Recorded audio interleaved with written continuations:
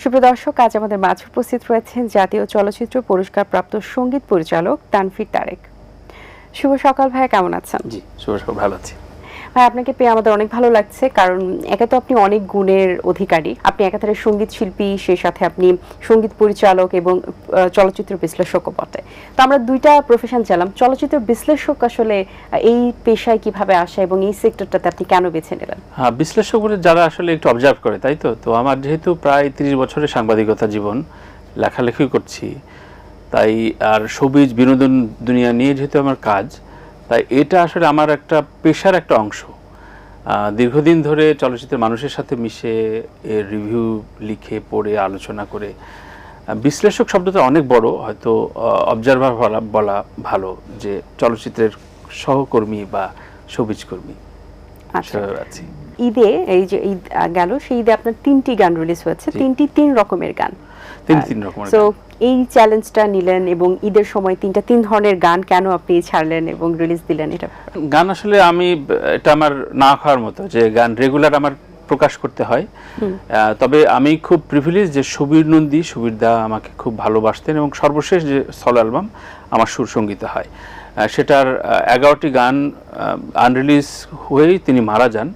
এরপরে আমি যেটা করি, যে প্রত্যেকটা উপলক্ষে আমি তার একটা একটা করে গান রিলিজ করি।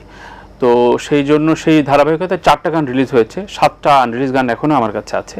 তো ওইটারই একটা গান আমি এবার গত ঈদে রিলিজ দিয়েছি, জাহিদ আকবরের লেখা, আমার সুরে, সুবীরদার গান নিয়ে তো কিছু বলার নেই। আর একটা হচ্ছে একটু সেমি ক্লাসিক্যাল গান, ইমন গেয়েছে, নতুন শিল্পী, ও ছায়ানটে ক্লাসিক্যাল শেখায়, ওর একটা গান করেছি। আর একটা আমার নিজেরই গান, একটা রিমিক করেছি, তুমি কার। সো এই ভ্যারাইটি নিয়ে আমি, যেহেতু আমার গানের মানুষ, সুতরাং যে কোনো উপলক্ষে কোনো বাজার দর ছাড়াই আমার গান রিলিজ করতে ভালোবাসি। এটা আমার মনে হয় যে চাকরির মতো, এটা করতে হবে। আচ্ছা, আপনি একজন গায়ক, সুরকার এবং গীতিকার বটে, এবং সঙ্গীত পরিচালকও বটে। সবকিছু মিলিয়ে যে এই যে নিজের গানে সুর করার এই তৃপ্তিটা আপনাকে কতটুকু আনন্দ দেয়? খুবই, গানটার জন্য আমি যদি বলি, সবসময় বলেছি যে আমি আমার মৃত্যুর পর বা আমার পরিচয়ের ক্ষেত্রে, এপিটাফের ক্ষেত্রে, আমি সঙ্গীতের যে মানুষ, সঙ্গীত পরিচালক, এটা আমি স্বাচ্ছন্দ্য বোধ করি। আর যেহেতু গত প্রায় 10-12 বছর ধরে কোনো এক লেবেল কোম্পানির টেবিলের সামনে বসে থাকতে হয় না, আমি আমার নিজের প্ল্যাটফর্মে রিলিজ দিতে পারি, এবং এখন অনলাইন প্ল্যাটফর্মে প্রায় স্পটিফাই, অ্যাপল মিউজিক সহ আমার গান একসাথে 55টা প্ল্যাটফর্মে রিলিজ হয়, এবং এর জন্য কারো কাছে ধর্ণা দিতে হয় না। সেটা রেভিনিউ জেনারেট হয়ে যায় অটো, আমার ভালো গান হোক যেভাবে হোক। সুতরাং এটা একটা বড় অপরচুনিটি এবং স্বাধীনতা, যে আমি আমার মেধা দিয়ে যতটুকু পারি কাজ করি, সেটা রিটার্ন আমার মেধা অনুযায়ী পাচ্ছি। এটা শুধু আমার ক্ষেত্রে না, এটা ইন্ডিপেন্ডেন্ট যারা কাজ করে, ফিল্ম মেকার বলি, মিউজিক মেকার বলি, তাদের সবার জন্য এটা খুব বড় স্বাধীনতার জায়গা। আচ্ছা, আপনার কণ্ঠে দুটো লাইন গান শুনতে চাই।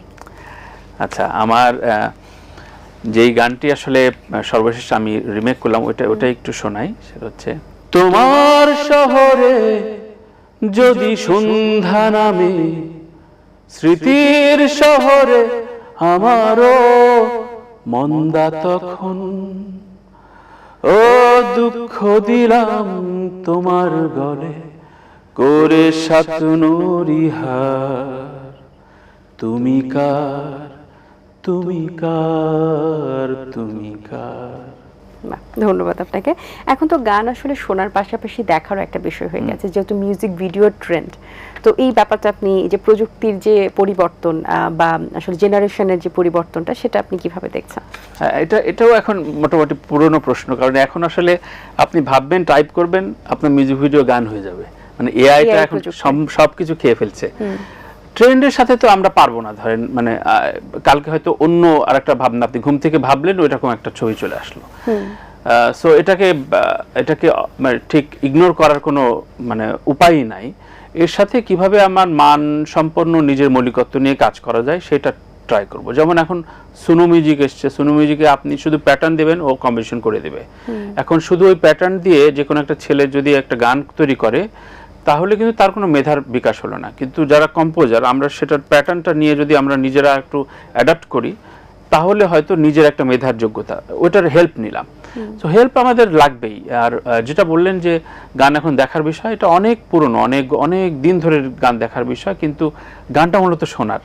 শুনেও যদি ভালো না লাগে, আপনি যতই নাচানাচি 20টা দেশে শ্যুট করেন, সেই গান আপনার মনে বেশি দিন থাকবে না। আপনার একটি গান রয়েছে যেটার শিরোনাম হচ্ছে মন মফস্বল।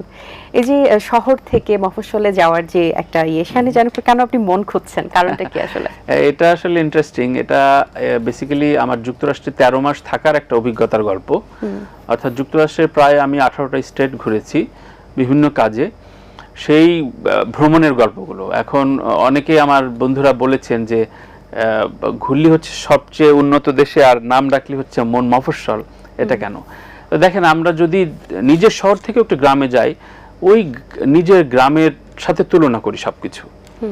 নিউ ইয়র্কে যখন যাই, কোনো কিছু খাবারের সাথে তুলনা করি, এটা ওই আমার ওই মোহাম্মদপুরের চাপের মতো এখানে পাওয়া যায়, ওই ঠিক খুলনার বা বগুড়া দইয়ের মতো এখানে বগুড়া দই পাওয়া যায়। আমাদের মনের ভেতরে কিন্তু একটা মফস্বলই ঘোরে। তো ওই অর্থেই মানে বইটার নাম লেখা, নাম দেয়া মন মফস্বল।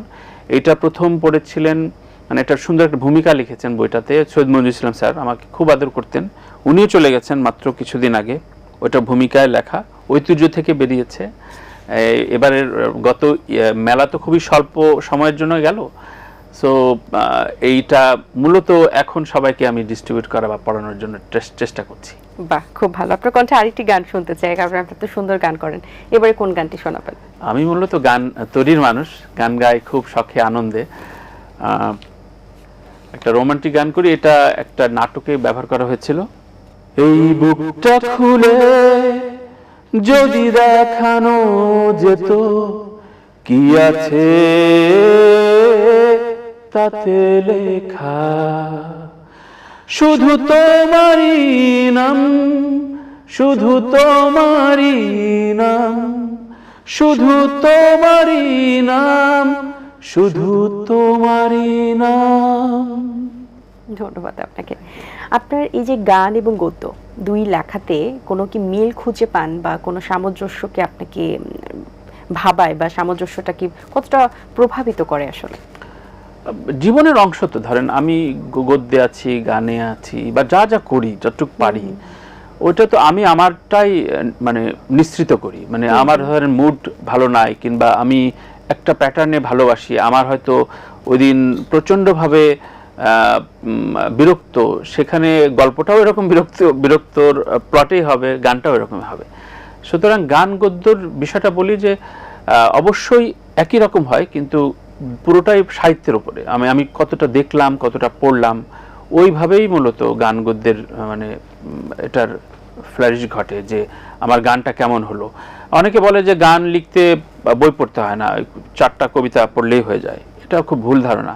গান লিখতে জীবন দেখতে হয়, উপন্যাস পড়তে হয়, নাটক সিনেমা দেখতে হয়, কারণ জীবন না দেখলে আপনি গান লিখতে পারবেন না।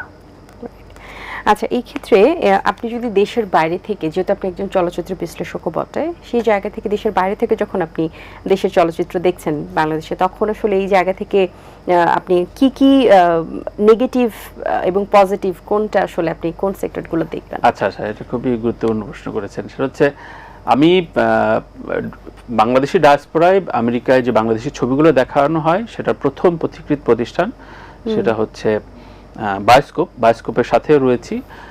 সো বায়োস্কোপের সাথে থাকার যে সুবিধায়, ওখানে যেমন বড় বড় ডিস্ট্রিবিউশন কোম্পানি যারা হলিউড মুভি ডিস্ট্রিবিউট করে, রিগাল, এএমসি, ওদের ডিরেক্টর লেভেলে, সিও লেভেলে আমার সাথে কথা হয় বা মিটিং করতে হয়। সেখানে তারা একটা প্রশ্ন তুলেছে যে অন্যান্য দেশের, যেমন ইরানি মুভি আপনি যদি দেখেন বুঝতে পারবেন যে এটা ইরানি মুভি, কোরিয়ান মুভি বুঝতে পারবেন, তামিল মুভি আপনি সাবটাইটেল ছাড়াই বুঝতে পারবেন এটা তামিল মুভি। একমাত্র বাংলাদেশি ছবি আপনি যদি দেখেন, তাহলে কখনো মনে হবে এটা তামিল মুভি, কখনো মনে হবে এটা কোরিয়ান মুভি, কখনো ইন্ডিয়ান, রাইট। তো আমাকে ওই রিগেলের একজন ডিরেক্টর বলছিল যে তোমাদের মুভির তো কোনো জনরা, কোনো ক্যারেক্টার খুঁজে পায় না। লজ্জা লেগেছিল, কিন্তু এটা তো সত্য।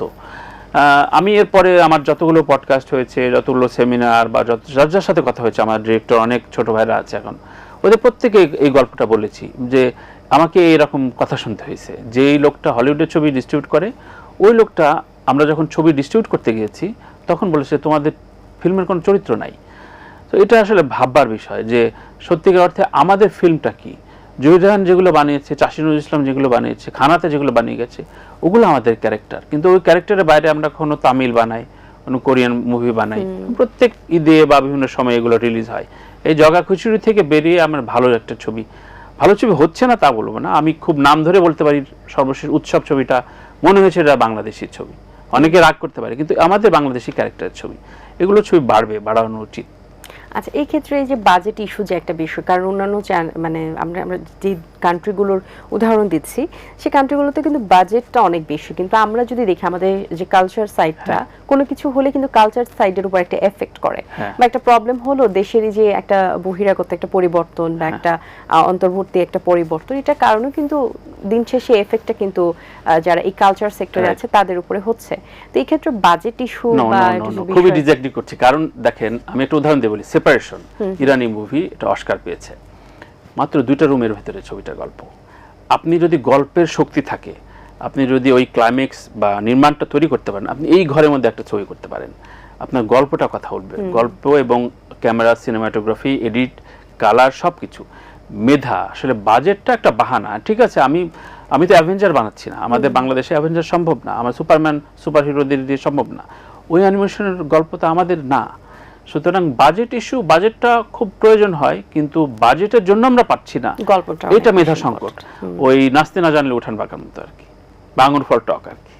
আচ্ছা, নতুন তো ইন্ডাস্ট্রিতে অনেকেই কাজ করছেন, স্পেশালি যদি বলি চলচ্চিত্রে, আপনার বিশ্লেষণ কি বলছেন, কারা ভালো করছেন বা কাদের মধ্যে সম্ভাবনা আছে? কারণ আমরা জানি যে এখন সুপারস্টার বললেই সবাই শাকিব খানের কথাই বলেন, এছাড়া আর কেন কোনো কেউ তৈরি হচ্ছে না, বা কেন কারো নাম বারবার আসছে না? ভুল কনসেপ্ট আপনি বলছেন যে শাকিব খান তো চলচ্চিত্র না, চলচ্চিত্র হবে ফিল্ম, যার ডিরেক্টর। এখন এই ডিরেক্টর, আমরা তো অন্তত 15 বছর আগে বলতাম এই যে মিন্টুর ছবি, এখন হয়ে গেছে শাকিব খান ইন্ডাস্ট্রি। সো আমি মনে করি এখন প্রচুর পরিমাণে মেধাবী নির্মাতা আসছে, এরা পাল্টাই দেবে, এবং প্রচুর ভালো ছবি হচ্ছে। যেসব ছবির কথা বললাম, ওইসব ছবির বাইরেও বাংলাদেশি মৌলিক গল্পের ছবি হচ্ছে, এবং এরা সত্যি কথা যে কোনো সরকারের পৃষ্ঠপোষকতা ছাড়াই তারা নিজেদের চেষ্টায় ভালো ছবি নির্মাণ করছে, সেগুলো বাইরের দেশে খুব প্রশংসিত হচ্ছে। আপনার ফেভারিট হিরো বা হিরোইন কারা? খুবই ভালো লাগে মোশাররফ করিমকে, মানে অ্যাজ অ্যান অ্যাক্টর হিসাবে, সেটা ফিল্মে হোক, ওটিটিতে হোক বা নাটক হোক।